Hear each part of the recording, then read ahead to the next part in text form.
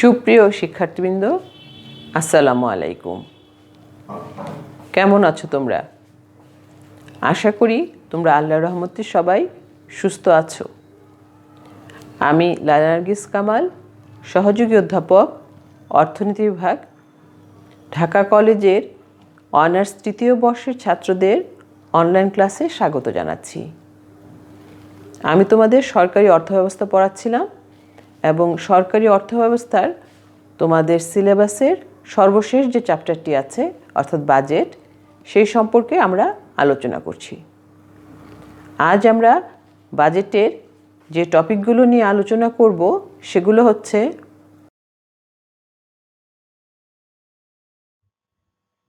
Ideal budget এবং budget in developed and developing Nations.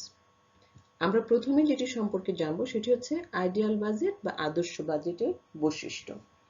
আমরা এতদিন বাজেট সম্পর্কে অনেক আলোচনা করেছি এবং সেটা থেকে আমরা বুঝতে পেরেছি যে বাজেট হচ্ছে একটি দেশের সার্বিক অর্থনৈতিক কর্মকাণ্ডের প্রতিচ্ছবি এবং বাজেটের মাধ্যমে গৃহীত কর্মসূচি বাস্তবায়নের মাধ্যমেই সরকার তার রাজনৈতিক এবং আর্থসামাজিক যে লক্ষ্যগুলো আছে সেগুলো পূরণ করতে চায়।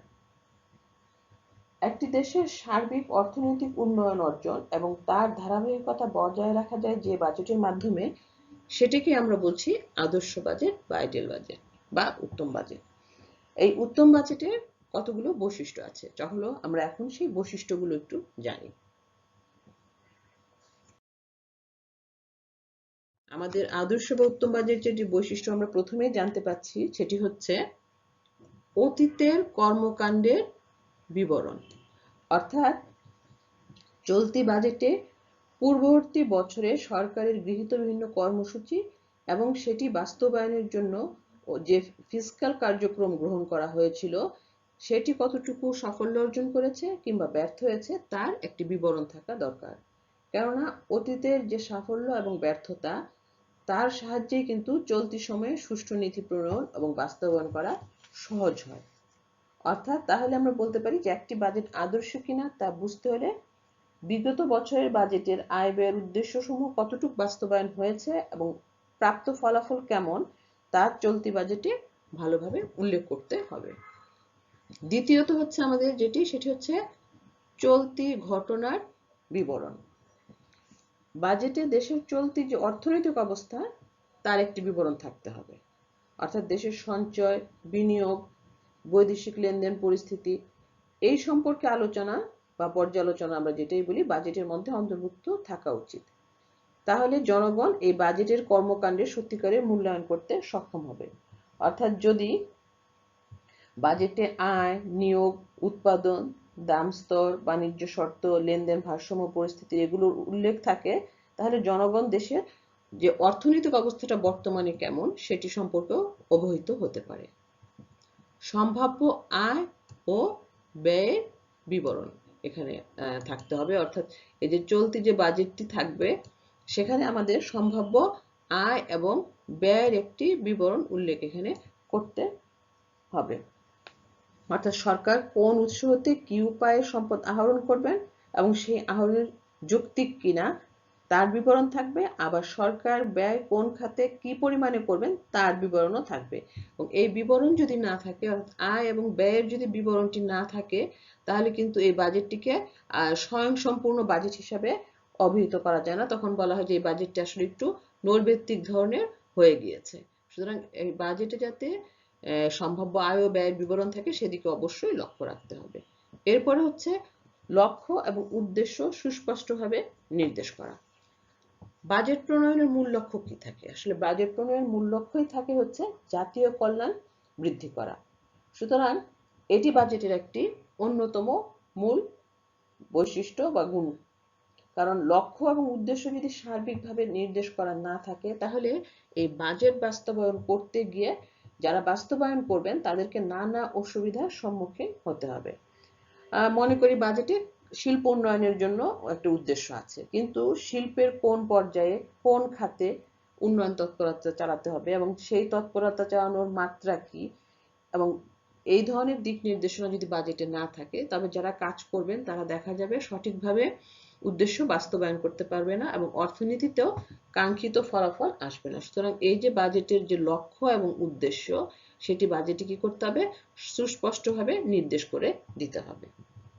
এরপরে আমরা দেখতে পাচ্ছি বাজেট হাতিয়ার, অর্থাৎ এই যে বাজেটটি সরকার গ্রহণ করেছে, এটি বাস্তবায়ন করার জন্য কি কি হাতিয়ার ব্যবহার করা হবে এবং এই ইনস্ট্রুমেন্টগুলো কিভাবে কি মাত্রায় ব্যবহার করা হবে সেটির দিক নির্দেশনা বাজেটে থাকতে হবে। না হলে বাজেটের লক্ষ্য উদ্দেশ্য ভালো থাকলেও বাজেট পূর্ণাঙ্গভাবে বাস্তবায়ন করা যাবে না।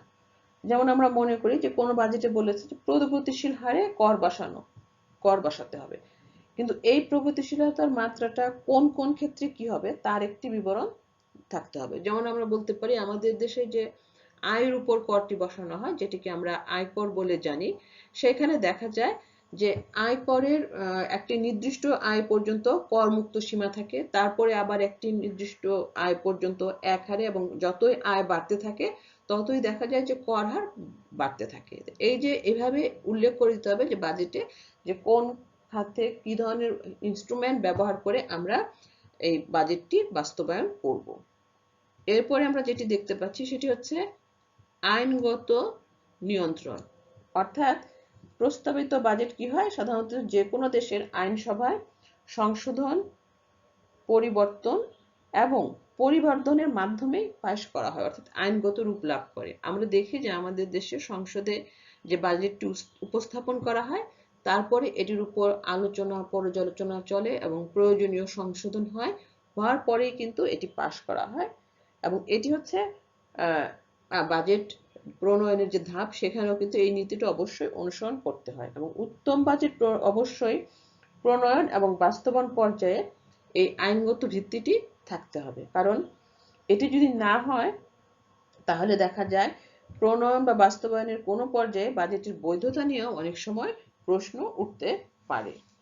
এরপরে আমরা দেখতে পাচ্ছি যে বৈশিষ্ট্যটি, সেটি হচ্ছে ভবিষ্যৎ উন্নতি সম্পর্কে আভাস, অর্থাৎ এই দেখা অর্থনৈতিক অবস্থার সঙ্গে সঙ্গতিপূর্ণ বাজেট প্রণয়ন করতে হবে এবং সেখানে আমাদের ভবিষ্যতে এই বাজেট থেকে আমরা কি পাচ্ছি বা কোন দিকে উন্নতি করার জন্য এই ধরনের বাজেটটা প্রণয়ন করা হচ্ছে সেটিও কিন্তু এই বাজেটে উল্লেখ করতে হবে। অর্থাৎ বাজেট দেখে বা যাতে বোঝা যায় যে এই বাজেটটি এই লক্ষ্যে প্রণয়ন করা হয়েছে, যে এটি যদি বাস্তবায়ন হয় তাহলে ভবিষ্যতে আমরা এই সুবিধা আরো বেশি পাবো।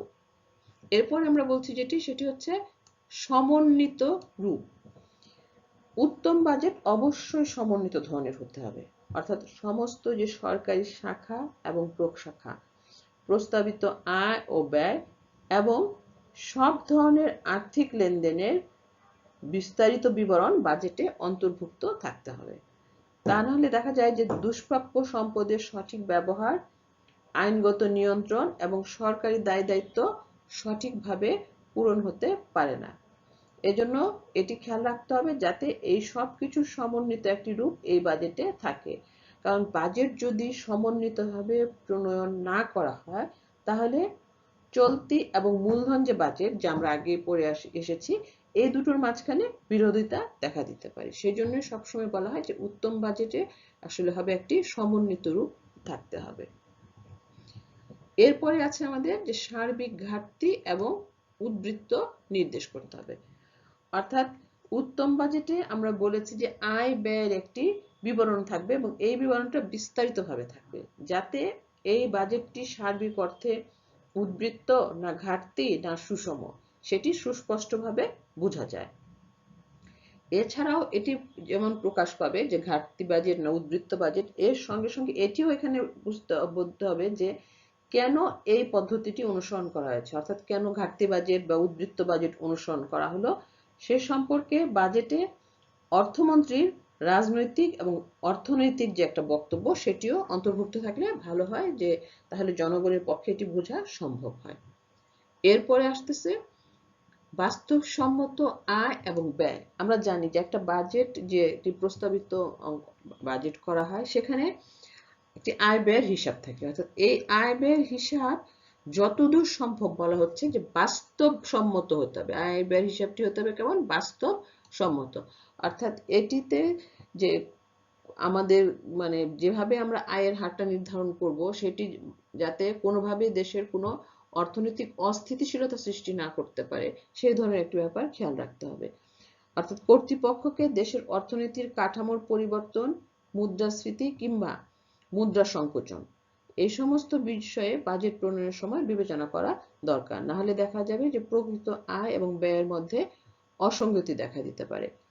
অর্থাৎ আমরা বলতে পারি যে যেমন ঘাটতি ধরনের কোনো বাজেট কোনো দেশের সরকার গ্রহণ করলো, এক্ষেত্রে যদি সরকার মনে করেন যে অতিরিক্ত মুদ্রা ছাপিয়ে আমি এই ঘাটতি ব্যয় নির্বাহ করব, সেক্ষেত্রে দেখা যেতে পারে যে অতিরিক্ত মুদ্রা ছাপানোর ফলে আবার হয়তো মুদ্রাস্ফীতি দেখা দিয়ে গেল, সুতরাং সেটি আবার অর্থনৈতিক অস্থিতিশীলতা নিয়ে আসতে পারে। সুতরাং এই জিনিসগুলো একটু খেয়াল করে যে বাস্তবসম্মত কোন উৎস থেকে আয় করা এবং সেটি বাস্তবসম্মত খাতে ব্যয় করা, এটি যাতে বাজেটে উল্লেখ থাকে। এরপর আমরা দেখতে পাচ্ছি সেটি হচ্ছে অধোবাজেট সমূহের মধ্যে সমন্বয় রাখা। অর্থাৎ এখানেও কিন্তু আবার সমন্বয়ের কথাটির উপর গুরুত্ব দেওয়া হচ্ছে। একটি বাজেটে আসলে মূলত দেখি যে তিনটা উদ্দেশ্য থাকে। একটা হচ্ছে সম্পদের কাম্য বন্টন করা, দ্বিতীয় হচ্ছে উৎপাদিত দ্রব্য এবং সেবার সুষ্ঠু বন্টন করা, এবং আরেকটি হচ্ছে কার্যকরী চাহিদা নিয়ন্ত্রণ করা। অর্থাৎ এই যে তিনটির কথা বললাম, এই তিনটি উদ্দেশ্যে বাজেটের সম্পদ বন্টন শাখা, জাতীয় আয়ের বন্টন শাখা এবং স্থিতিশীলকরণ শাখা এর মাধ্যমে প্রতিফলন করা হয়। অর্থাৎ আমরা যেটি তিনটি উদ্দেশ্যের কথা বললাম সেই তিনটি উদ্দেশ্য বাস্তবায়ন করে কারা, তাহলে দেখতে পাচ্ছি আমরা তিনটি উদ্দেশ্য বাস্তবায়ন করে হচ্ছে হলো বাজেটের সম্পদ বন্টন শাখা, জাতীয় আয়ের বন্টন শাখা এবং স্থিতিশীলকরণ শাখা। এবং এই তিনটি শাখার মধ্যে সমন্বয় যদি করা হয় তাহলেই দেখা যাবে যে বাজেটটি সঠিকভাবে বাস্তবায়ন করা হবে, পসিবল হবে। সুতরাং উত্তম বাজেট হতে হলে অবশ্যই এই তিনটি শাখার মধ্যে প্রয়োজনীয় সমন্বয় থাকতে হবে। তো এগুলোই হচ্ছে সবগুলোই হলো আমাদের একটি আদর্শ উত্তম বাজেটের বৈশিষ্ট্য। অতীতের কর্মকাণ্ডের বিবরণ, চলতি ঘটনার বিবরণ, সম্ভাব্য আয় ব্যয়ের বিবরণ, লক্ষ্য ও উদ্দেশ্য সুস্পষ্টভাবে নির্দেশ, বাজেট হাতিয়ার, আইনগত নিয়ন্ত্রণ, ভবিষ্যৎ উন্নতি সম্পর্কে আভাস, সমন্বিত রূপ, সার্বিক ঘাটতি কিংবা উদ্বৃত্ত নির্দেশ, বাস্তবসম্মত আয় ও ব্যয় এবং অধোবাজেট সমূহের মধ্যে সমন্বয় রাখা। এই বৈশিষ্ট্যগুলোর এক বা একাধিক যদি কোনো বাজেটের মধ্যে প্রতিফলিত হয়, অবশ্যই একাধিক যদি কোনো বাজেটের মধ্যে প্রতিফলিত হয় তাহলে আমরা সেই বাজেটকে বলবো উত্তম বাজেট। অর্থাৎ যে বাজেটে এই বৈশিষ্ট্য যত বেশি সেই বাজেটটি হবে ততই উত্তম। এখন আমরা আলোচনা করব যেটি নিয়ে, সেটি হচ্ছে হলো উন্নত দেশের বাজেট নিয়ে।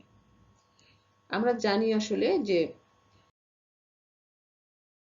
একটি উন্নত দেশ অর্থনৈতিকভাবে অবশ্যই সমৃদ্ধ একটি দেশ, এবং সেই সমস্ত দেশের জনগণের মাথাপিছু আয় অনেক বেশি, জীবনযাত্রার মান খুবই ভালো, শিক্ষার হার, শিক্ষার গুণগত মান এবং গবেষণা ও তথ্য প্রযুক্তি এই সমস্ত সূচকের মান কিন্তু খুবই ভালো অবস্থানে থাকে। সুতরাং এই সমস্ত দেশে যে বাজেটটি প্রণয়ন হবে তার যে বৈশিষ্ট্য, লক্ষ্য এবং উদ্দেশ্য থাকবে সেটা অবশ্যই অনুন্নত কিংবা উন্নয়নশীল দেশের বাজেটের চেয়ে অনেকটাই ভিন্ন ধরনের হবে। তো চলো এখন আমরা দেখি যে একটি উন্নত দেশের বাজেটের বৈশিষ্ট্যগুলো কেমন। কারণ একটি উন্নত দেশ দেখা যায় যে বৈশিষ্ট্যগত কারণেই অর্থনৈতিক এবং সামাজিক বিভিন্ন সূচকে অনেক এগিয়ে থাকে, যার ফলে এর বাজেট ব্যবস্থাপনাটাও হয় একটু ভিন্ন ধরনের। তো চলো এখন আমরা সে সম্পর্কে একটু আলোচনা করি। উন্নত দেশের বাজেট কেমন হয়? প্রথমতই দেখতে পাচ্ছি আমরা প্রবৃদ্ধির স্তর ধরে রাখা। উন্নত দেশের অর্থনীতির বিভিন্ন সূচকগুলো বেশ ভালো অবস্থায় থাকে, এটা আমরা বারবারই বলছি। সেজন্যই এই সমস্ত দেশে উন্নয়ন কিংবা প্রবৃদ্ধির হার বাড়ানোর চেয়ে যে প্রবৃদ্ধির হারটা আছে বা অর্জিত প্রবৃদ্ধি যেটা আছে সেটি ধরে রাখাই তাদের জন্য সবচেয়ে বেশি গুরুত্বপূর্ণ বা মুখ্য। সুতরাং তারা যে বাজেটটি প্রণয়ন করে সেখানে প্রবৃদ্ধির হার বাড়ানোর চেয়ে অর্জিত প্রবৃদ্ধি কিভাবে ধরে রাখা যায় তার উপরে অধিক গুরুত্ব দিয়ে থাকে। সামাজিক নিরাপত্তামূলক কর্মসূচি। উন্নত দেশের বাজেটে দেখা যায় যে বিভিন্ন ধরনের সামাজিক নিরাপত্তা যে কর্মসূচিগুলো আছে, যেমন বেকার ভাতা, বয়স্ক ভাতা, শিক্ষা ভাতা, মাতৃত্ব ভাতা ইত্যাদি ক্ষেত্রে ব্যাপক ব্যয় বরাদ্দ করা হয়। কারণ উন্নত দেশগুলোর আবার কনসেপ্টও থাকে যে তারা কল্যাণ রাষ্ট্র হিসাবে থাকবে, সুতরাং এই যে সামাজিক নিরাপত্তামূলক কর্মসূচি সেই জন্য তারা প্রচুর পরিমাণে কিন্তু অর্থ বরাদ্দ রাখে তাদের বাজেটে সামাজিক নিরাপত্তা কর্মসূচিতে।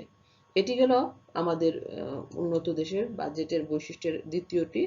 তৃতীয় যেটি হচ্ছে ঋণ ও সাহায্য প্রদান।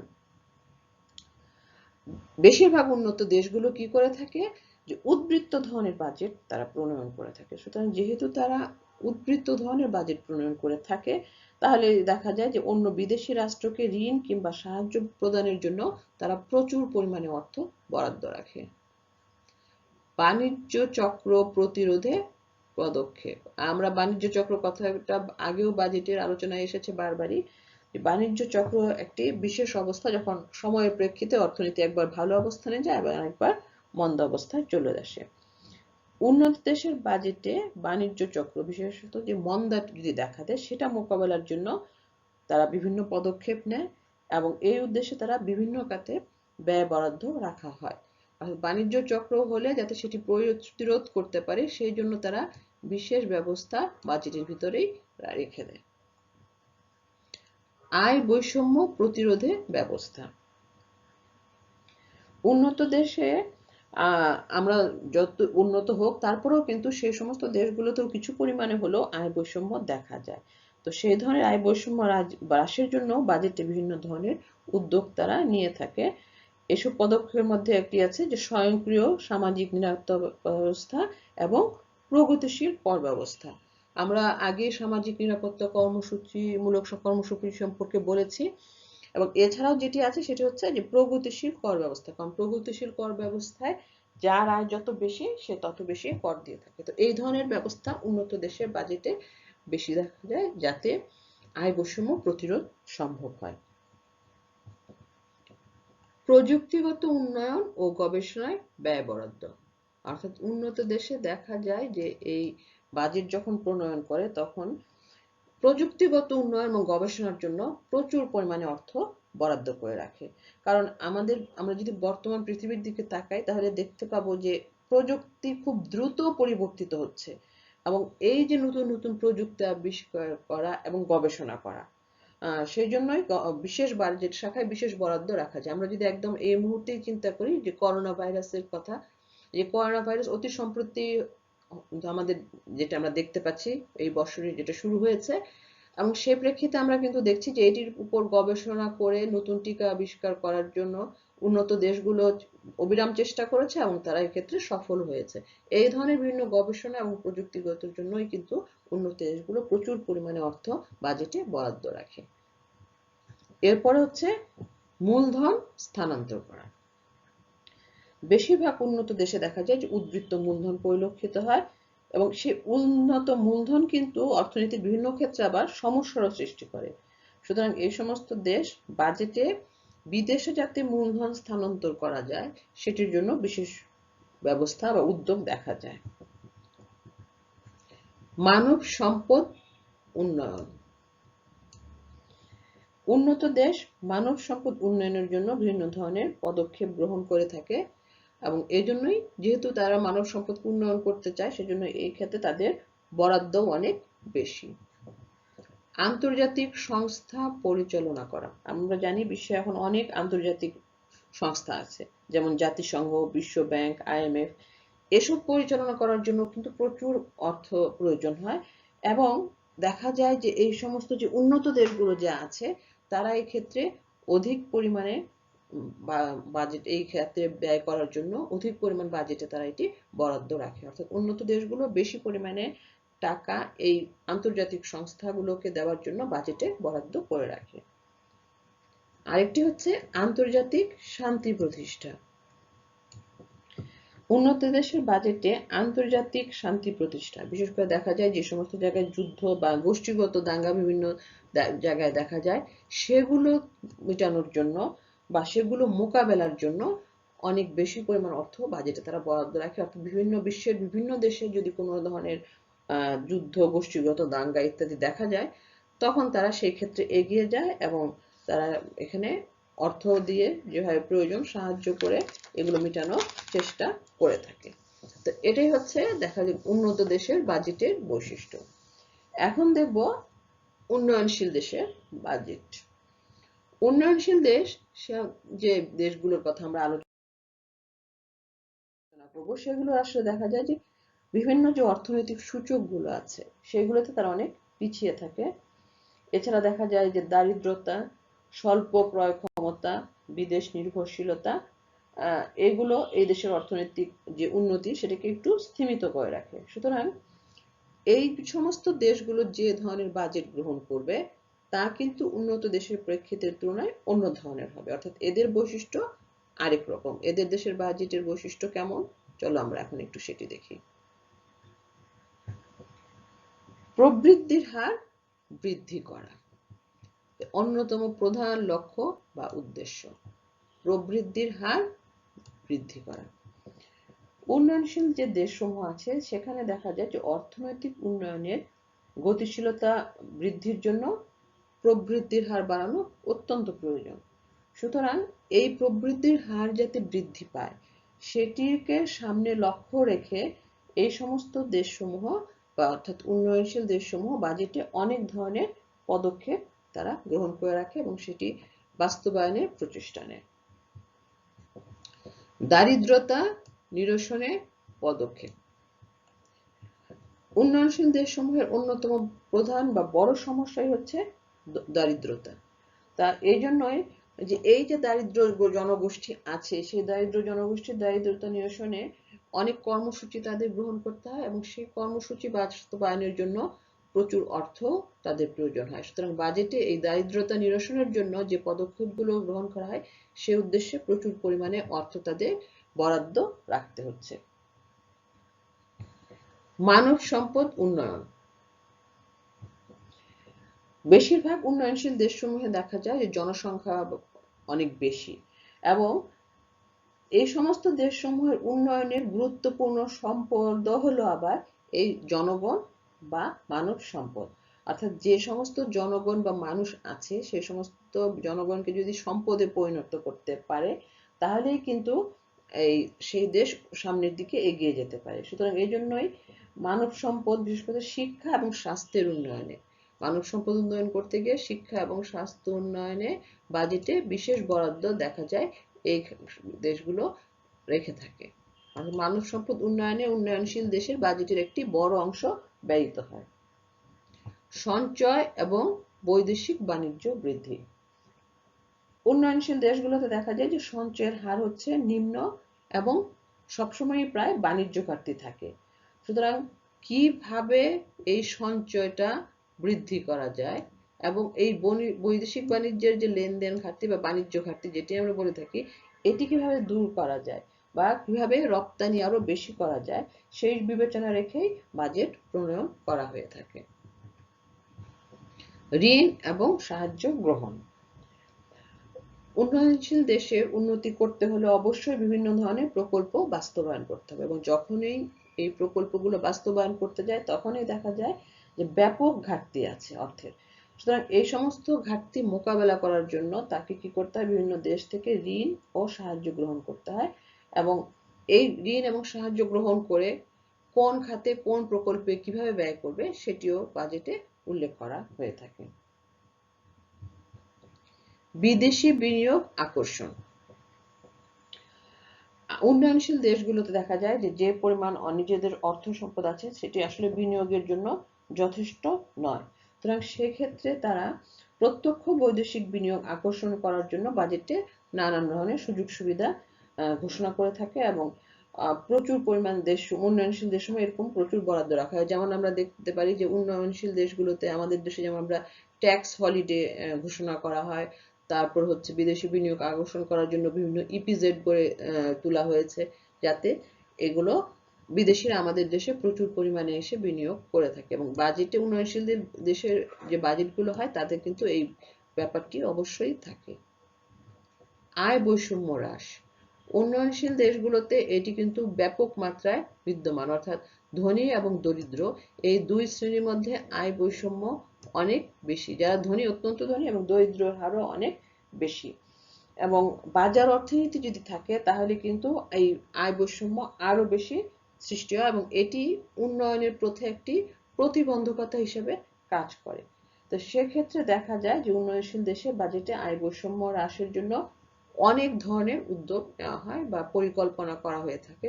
যেমন আমরা বলতে পারি যে প্রগতিশীল হারে কর আরোপ করা, দরিদ্রদের জন্য ভিন্ন ভাতার ব্যবস্থা করা, এই সমস্ত ব্যবস্থা গ্রহণ করে আয় বৈষম্য হ্রাসের চেষ্টা করা হয়। এরপরে হচ্ছে মন্দা এবং বেকারত্ব রোধ করা। উন্নয়নশীল দেশগুলোতে মন্দা এবং বেকারত্ব এই দুটি হচ্ছে উল্লেখযোগ্য অর্থনৈতিক সমস্যা। সুতরাং কিভাবে সম্পদের যথাযথ ব্যবহার করে মন্দা এবং বেকারত্ব দুটোই দূর করা যাবে সেটি বা বেকারত্ব হ্রাস করা যাবে সেই ব্যাপারে এইসব দেশের বাজেটে দিক নির্দেশনা থাকে। কারণ আমরা জানি যে মন্দা এবং বেকারত্ব এটি যদি কোনো দেশে বিদ্যমান থাকে তাহলে সেই দেশের অর্থনীতি সামনের দিকে এগিয়ে যাওয়া সম্ভব নয়। এরপর হচ্ছে অবকাঠামোগত উন্নয়ন। অর্থনৈতিক উন্নয়নের পূর্ব শর্তই হচ্ছে আসলে যে সেই দেশে অবকাঠামোগত উন্নয়ন হতে হবে। সুতরাং দ্রুত অর্থনৈতিক অগ্রগতি অর্জনের জন্য পর্যাপ্ত অবকাঠামো গড়ে তোলা অবশ্য প্রয়োজন। এজন্যই দেখা যায় যে উন্নয়নশীল দেশের বাজেটে আর্থসামাজিক অবকাঠামো উন্নয়নের জন্য প্রয়োজনীয় বরাদ্দ এবং দিক নির্দেশনা দেওয়া থাকে। এরপরে আমরা যেটা দেখছি সেটি হচ্ছে বেসরকারি খাত এর উন্নয়ন। অর্থনীতির দ্রুত যদি বিকাশ করতে চায় তাহলে কিন্তু সরকারি বিভিন্ন পদক্ষেপের পাশাপাশি বেসরকারি উন্নয়নও একান্ত আবশ্যক। সুতরাং এই জন্য বেসরকারি খাতের উন্নয়নের জন্য বাজেটে বিভিন্ন পদক্ষেপ গ্রহণ করা হয়। যেমন আমাদের দেশে বলতে পারি আমাদের ছিল যে পিপিপি, পাবলিক প্রাইভেট পার্টনারশিপ, যাতে এইভাবে সরকার এবং বেসরকারি খাত একসাথে কাজ করে কোনো বড় প্রকল্প বাস্তবায়ন করা এবং দেশের উন্নতি দিকে এগিয়ে নেওয়া। তো বাজেটের মাধ্যমে কিন্তু আমরা এই বৈশিষ্ট্যটা আমাদের দেখেছিলাম যে আমাদের বাজেটে এই সম্পর্কে আলোচনা করা হয়েছিল। প্রযুক্তি এবং কৌশলগত উন্নয়ন। একটি দেশ আসলে সত্যিকার অর্থে যদি সামনের দিকে এগিয়ে যেতে চায় তার কিন্তু প্রযুক্তি এবং কৌশলগত ব্যাপারগুলো এখন যদি না জানে তাহলে কিন্তু সে সামনে এগিয়ে যেতে পারে না। আর কিন্তু দুঃখের বিষয় যে উন্নয়নশীল দেশগুলো এই প্রযুক্তি এবং কৌশলগত দিকে কিন্তু অনেক পিছিয়ে থাকে। সেই জন্যই সে চেষ্টা করে তার পক্ষে যতটুকু সম্ভব সেটুকু টাকা প্রযুক্তি এবং কৌশলগত উন্নয়নের জন্য বরাদ্দ রাখা, অর্থাৎ তার সীমার ভিতরে, তার সাধ্যের সীমার ভিতরে যতটুকু সম্ভব সেটুকু অর্থ প্রযুক্তি এবং কৌশলগত উন্নয়নের জন্য কিন্তু বরাদ্দ রাখে এবং সেই সম্পর্কে প্রয়োজনীয় দিক নির্দেশনাও দেওয়া থাকে। এরপর যে সর্বশেষ সেটা আমরা দেখতে পাচ্ছি সেটি হচ্ছে সামাজিক নিরাপত্তামূলক কর্মসূচি, অর্থাৎ জনগণের জীবনমান উন্নয়ন করার জন্য সেখানেও মানে উন্নয়নশীল দেশের সরকারও কিন্তু কিছু সামাজিক নিরাপত্তামূলক কর্মসূচি গ্রহণ করে থাকে এবং এই সামাজিক নিরাপত্তা কর্মসূচিতেও তাদের অর্থের বরাদ্দ কিন্তু যথেষ্ট এখন দেওয়ার চেষ্টা করে। তাহলে এগুলোই হচ্ছে আমাদের একটি উন্নয়নশীল দেশের বাজেটের বৈশিষ্ট্য। অর্থাৎ একটি উন্নয়নশীল দেশের বাজেট যদি গ্রহণ করতে চাই তাহলে দেখি আমরা বা পর্যালোচনা করি তাহলে আমরা দেখব যে সেই বাজেটটির ভিতরে এই বৈশিষ্ট্যগুলো বেশ বিদ্যমান রয়েছে। অর্থাৎ যে প্রবৃদ্ধির হার কিভাবে বৃদ্ধি করা যায়, দারিদ্রতা নিরসন, মানব সম্পদ উন্নয়ন, বৈদেশিক বাণিজ্য বৃদ্ধি, ঋণ সাহায্য গ্রহণ, আয় বৈষম্য হ্রাস, মন্দা এবং বেকারত্ব রোধ, অবকাঠামো উন্নয়ন, বেসরকারি খাতের উন্নয়ন, প্রযুক্তি ও কৌশলগত উন্নয়ন ইত্যাদি একটি দেশের বাজেটে যদি থাকে এভাবে তাহলে আমরা সেটি দেখেই বুঝবো এটি হচ্ছে একটি উন্নয়নশীল দেশের বাজেট।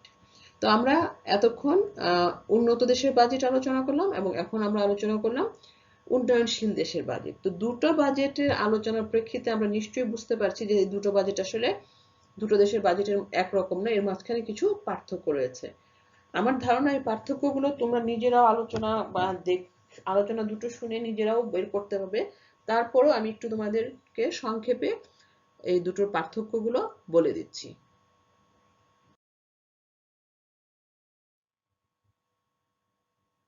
প্রথমেই আমরা দেখছি যে পার্থক্যটা আছে সেটি হচ্ছে প্রবৃদ্ধি অর্জনের ক্ষেত্রে। অর্থাৎ উন্নত দেশের বাজেটে আমরা বলেছিলাম যে লক্ষ্য থাকে প্রবৃদ্ধির স্তর বজায় রাখা বা পূর্বে অর্জিত প্রবৃদ্ধির হারটা ধরে রাখা। আর উন্নয়নশীল দেশের বাজেট হচ্ছে যে লক্ষ্য হলো ক্রমাগতভাবে প্রবৃদ্ধির হার বৃদ্ধি করা। দ্বিতীয়টি হচ্ছে ঋণ এবং সাহায্য। আমরা দেখেছি যে উন্নত দেশ বাজেট এমনভাবে বরাদ্দ রাখে যাতে তারা ঋণ এবং সাহায্য দিতে পারে, আর উন্নয়নশীল দেশের বাজেটে এমনভাবে থাকে যাতে তারা ঘাটতি পূরণের জন্য বিদেশি রাষ্ট্র থেকে ঋণ এবং সাহায্য নিতে পারে। সামাজিক নিরাপত্তামূলক কর্মসূচি সম্পর্কে আমরা বলেছি। উন্নত দেশগুলো আমরা বলেছি যে ব্যাপক হারে সামাজিক নিরাপত্তামূলক কর্মসূচির জন্য অর্থ বরাদ্দ করা হয়, যেমন বলেছিলাম বেকার ভাতা, বয়স্ক ভাতা, মাতৃত্বজনিত ভাতা, এই সমস্ত। আর উন্নয়নশীল দেশগুলো এগুলোর জন্য চেষ্টা করে, তবে অর্থের স্বল্পতার কারণে, অর্থনৈতিক বাজেটের তহবিল স্বল্পতার কারণে দেখা যায় যে এই কর্মসূচিটা তেমন ব্যাপকভাবে তারা নিতে পারে না। বিদেশি বিনিয়োগ।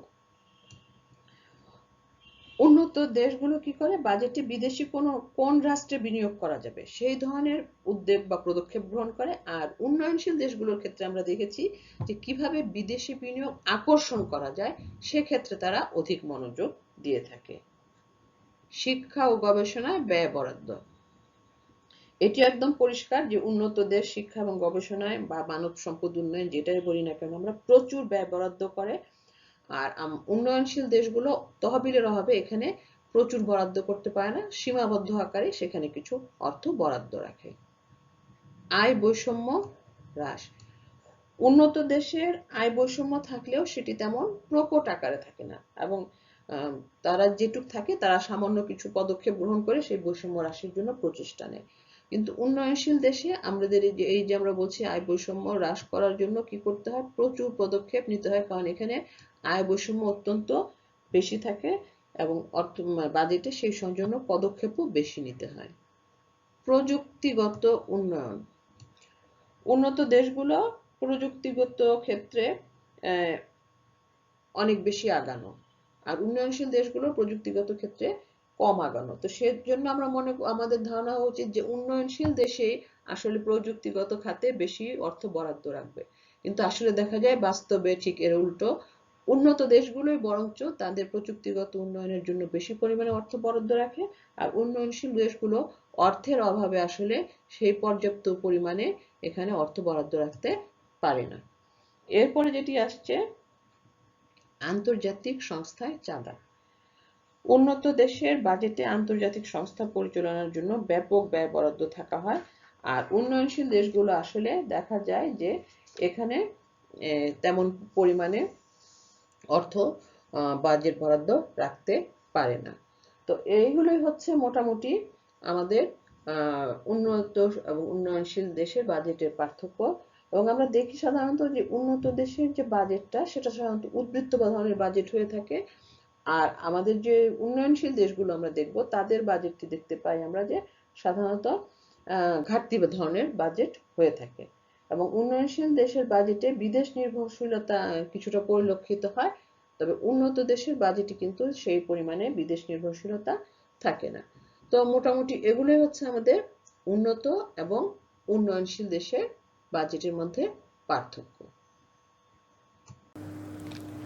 তো শিক্ষার্থীরা, এতক্ষণ আমরা একটি উত্তম বাজেটের বৈশিষ্ট্য এবং উন্নত ও উন্নয়নশীল দেশের বাজেট কেমন হয় এবং তাদের মাঝখানে কী ধরনের পার্থক্য আছে এই সম্পর্কে আলোচনা করলাম। এই অধ্যায়টি খুবই গুরুত্বপূর্ণ একটি অধ্যায়, এবং এই অধ্যায়ের যে বিষয়গুলো আছে তোমরা এগুলো ভালো করে পড়লে শুধু পরীক্ষার জন্য না, ভবিষ্যতেও তোমাদের অনেক কাজে আসবে। কারণ বাজেট এমন একটি বিষয় যা কিনা কোনো ব্যক্তি, রাষ্ট্র, সমাজ সব কিছুর সঙ্গেই জড়িত। সুতরাং আমি আশা করব যে তোমরা তোমাদের অধ্যায়টি মনোযোগ দিয়ে পড়বে এবং বোঝার চেষ্টা করবে। তাহলে তোমাদের এই অধ্যায়ের যে বিষয়গুলো আমি পড়িয়েছি সেগুলো সহজেই তোমাদের আয়ত্ত হয়ে যাবে। তো আমাদের যে তোমাদের সিলেবাস অনুযায়ী যে অধ্যায়গুলো ছিল এই বাজেট অধ্যায়টি ছিল তোমাদের সর্বশেষ অধ্যায়। তো আমি আশা করব যে আমরা যে ক্লাসগুলো নিয়েছি সেই ক্লাসগুলো তোমরা সঠিকভাবে অনুসরণ করবে এবং এর মাধ্যমে তোমাদের যে প্রয়োজনীয় তথ্য সেগুলো সংগ্রহ করবে। কারণ আমরা যেহেতু তোমাদের সঙ্গে সরাসরি ক্লাসগুলো নিতে পারিনি, অনলাইন ক্লাসে ছিলাম, অনলাইন ক্লাসে আমরা অবশ্যই বুঝতে পারছি যে তোমাদের কিছু অসুবিধা রয়ে গিয়েছে। তো সেই অসুবিধাগুলো আমাকে জানাতে পারো, তাহলে আমি পরবর্তীতে তোমাদের সেই সমস্যাগুলো সমাধান করে দেওয়ার চেষ্টা করব। তোমরা সবাই নিরাপদে থাকো, ভালো থাকো এবং যথাযথ স্বাস্থ্যবিধি মেনে চলো। সবাইকে আমার ক্লাস দেখার জন্য অনেক অনেক ধন্যবাদ জানিয়ে শেষ করছি। আল্লাহ হাফেজ।